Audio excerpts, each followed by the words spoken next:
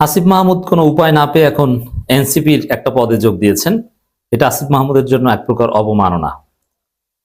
এবং মাহফুজ আলম তো একুল উকুল সব হারিয়েছেন। আসিফ তা যাও পেয়েছেন, এনসিপিতে ঠাঁই পেয়েছেন। নইলে আসিফ মাহমুদের কোনো মূল্য থাকতো না। রাস্তায় রাস্তায় ঘুরতে হতো, সরোয়ার্দী উদ্যানে পড়ে থাকতে হতো। বরং সাবেক উপদেষ্টা হওয়ার কারণে, জুলাই বিপ্লবী হওয়ার কারণে জীবন হুমকির মুখে পড়তো। তো এনসিপিতে কোন রকম জায়গায় পেয়েছেন আসিফ মাহমুদ। আসিফ বেঁচে গিয়েছেন, কিন্তু সেটেলমেন্ট অফিসার মাহফুজ আলম একুলুকুর সব হারিয়ে এখন কান্নাকাটি করছেন। মাহফুজের এই অবস্থা হয়েছে অতিরিক্ত পাকনামির কারণে, যেটা আমরা তখনই বলেছিলাম যে এই বোতল মাহফুজ, সান্ডা মাহফুজ ক্ষমতার গরম দেখায় জামাত শিবিরকে তার পূর্বপুরুষের চাইতে কঠিন পরিণতিতে ফেলবে। ডাবি শিবিরের খবর আছে, ওর নিজেরই খবর থাকবে না। আমি বলেছিলাম, দেখেছেন এখন মাহফুজ নির্বাচনও করতে পারছে না, আর 2 দিন পর পর পাগলের মতো ফেসবুকে পোস্ট দেয় যে সেটেলমেন্ট করবে। কিসের সেটেলমেন্ট? মানুষ মজা করে বলছে, বেটা তুই তো সেটেলমেন্ট অফিসার, তুই কিসের সেটেলমেন্ট করবি? এই মাহফুজের সাথে সারা বাংলাদেশে 10টা ছেলেও নাই। মাহফুজের সাথে আছে কে জানেন? কাদের, আব্দুল কাদের। 500 না কয়শো ভোট পেয়েছিল ডাকসু ইলেকশনে, এখন নির্বাচন করলে 20টা ভোটও পাবে না, কেউ গোনে না। তো এই গাদ্দারগুলো এনসিপি থেকেও ছিটকে পড়েছে। আর আসিফ মাহমুদ কোন রকম বেঁচে গিয়েছেন। আসিফ মাহমুদ চালাক, যে বাবা নির্বাচন করতে পারি না পারি, এনসিপিতে জায়গা পাই, অ্যাটলিস্ট জামাত ক্ষমতায় গেলে এনসিপি ক্ষমতাসীন দলের পার্ট হবে, তখন তার একটা প্রভাব থাকবে। আর অথবা অদূর ভবিষ্যতে কোন একটা শূন্য আসনে উপনির্বাচনের মাধ্যমে যদি সংসদে যাওয়া যায়, সে আশায় বসে থাকলাম। এবার আসেন যে আসিফ মাহমুদ ঘোষণা দিয়েছেন যে তিনি নির্বাচন করবেন না, তবে এনসিপিতে একটা গুরুত্বপূর্ণ দায়িত্ব পালন করছেন। কেন নির্বাচন করবেন না? এটা কি স্বাভাবিক কিছু? না, এটা অস্বাভাবিক।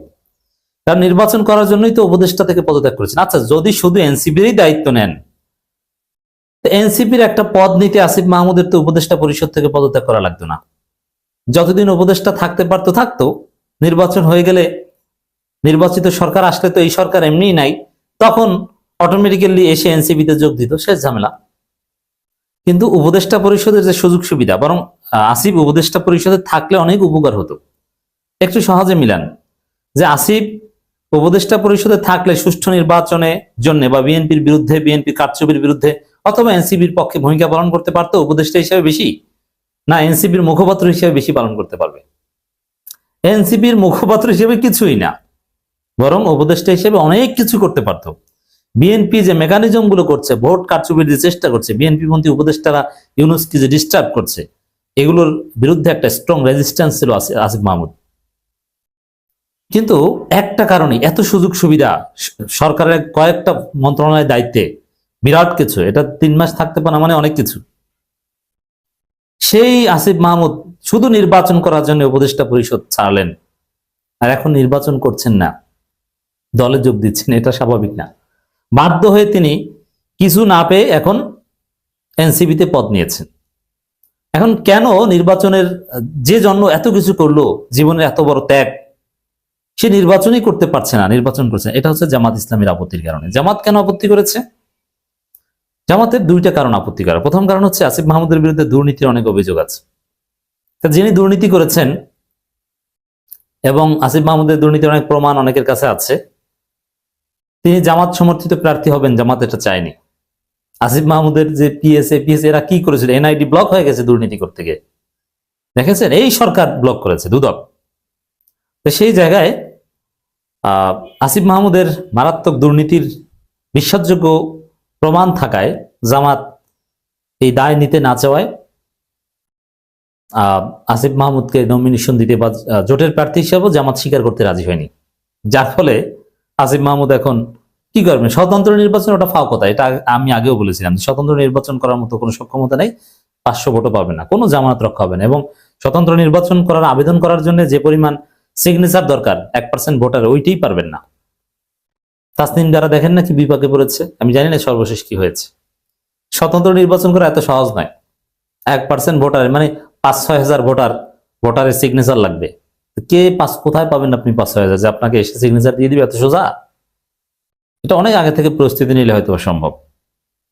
তো সেই জায়গায় আসিফ মাহমুদ দেখছেন যে এনসিপি জামাত জোটে যাবে এটা আমি বললেও না বললো, যেহেতু আমার কোনো ফর্মাল পদ নাই, আর পদ থাকলেও অধিকাংশ এনসিপি নেতারা জামাত জোটে যেতে চায় এবং জীবন বাঁচানোর জন্য জামাতের কাছে যাওয়া ছাড়া কোনো উপায় নাই। বিএনপি তো জুলাই বিরোধী, আবার জামাত নিতে চায় না নির্বাচনে, তাহলে কি তার চাইতে যা পাই এনসিপিতে একটা পদ নিয়ে যোগ দিই, বেঁচে যাই। আসিফ মাহমুদ ভালো কাজ করেছেন, তবে নির্বাচন কেন করছেন না আশা করি দর্শকদের বোঝাতে পেরেছে। এটা একটা কারণ, দুর্নীতির। আর একটা কারণ আছে, এটা জামাত স্বীকার করবে না, কিন্তু এটা একটা কারণ, সেটা হচ্ছে যে আসিফ মাহমুদের উপর ডিপ স্টেট খুব ক্ষুব্ধ। তবে এটা আসিফ মাহমুদের পজিটিভ দিক হিসাবে আমি দেখি। তিনি স্পষ্ট করে বলেছিলেন যে সেনাপ্রধান ওয়াকারুজ্জামান ইউনূসকে প্রধান উপদেষ্টা হিসেবে মানতে চাননি, বুকে পাথর চাপা দিয়ে মেনেছিল, আরো নানান কিছু। সরকারের উপদেষ্টা পদে থাকতেই ডিপ স্টেটকে, সেনাবাহিনীকে, আরো নানান জনকে শত্রু বানিয়েছেন। এখন স্বাভাবিকভাবেই জামাত কাউকে ওইভাবে শত্রু বানাতে চায় না, কিন্তু আসিফ মাহমুদ সেনাপ্রধানের বিরুদ্ধে যা বলেছেন এটা হক হয়ে বলেছিলেন। এটা জামাতের দুর্বলতা বলেন আর যাই বলেন, বা ক্ষমতা আসার ক্ষেত্রে বাস্তবতা। মূলত এইসব কারণে আসিফ মাহমুদকে উপদেষ্টা হিসাবে